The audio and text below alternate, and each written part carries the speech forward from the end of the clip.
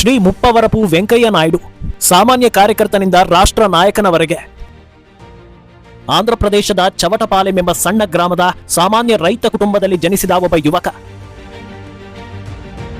ಯಾವುದೇ ರಾಜಕೀಯ ಹಿನ್ನೆಲೆಯಾಗಲಿ ಅಥವಾ ದೊಡ್ಡ ಬ್ಯಾಂಕ್ ಬ್ಯಾಲೆನ್ಸ್ ಆಗಲಿ ಇರದಿದ್ದರೂ ಸಮಾಜ ಮತ್ತು ದೇಶದ ಸೇವೆ ಮಾಡುವ ಅದಮ್ಯ ಉತ್ಸಾಹ ಅವರಲ್ಲಿ ತುಂಬಿ ತುಳುಕುತ್ತಿತ್ತು. ಪಕ್ಷ ನೀಡಿದ ಸಣ್ಣ ಅಥವಾ ದೊಡ್ಡ ಯಾವುದೇ ಜವಾಬ್ದಾರಿಯನ್ನ ಹೆಗಲ ಮೇಲೆ ಹೊತ್ತು ಮುನ್ನಡೆಸುವ ನಾಯಕನಾಗಿ ಅವರು ಹೊರಹೊಮ್ಮಿದರು.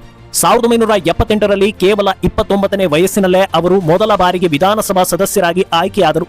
ಆಂಧ್ರಪ್ರದೇಶದಲ್ಲಿ ಪಕ್ಷದ ಅಡಿಪಾಯವನ್ನ ಬಲಪಡಿಸಲು ಅವರು ರಾಜ್ಯ ಘಟಕದ ಅಧ್ಯಕ್ಷರಾಗಿ ಮತ್ತು ಪ್ರಧಾನ ಕಾರ್ಯದರ್ಶಿಯಾಗಿ ಅವಿರತವಾಗಿ ಶ್ರಮಿಸಿದರು.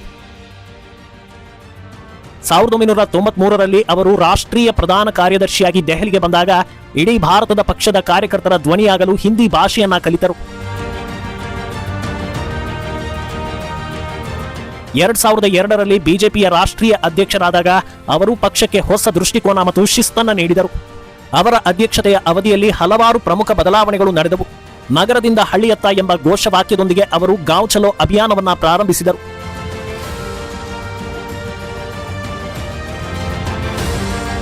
ಈ ಮೂಲಕ ಬಿಜೆಪಿಯನ್ನ ಮಹಾನಗರಗಳಿಂದ ಹಿಡಿದು ಅತ್ಯಂತ ದೂರದ ಹಳ್ಳಿಗಳ ಅಂಗಳಕ್ಕೂ ತಲುಪಿಸಿದರು.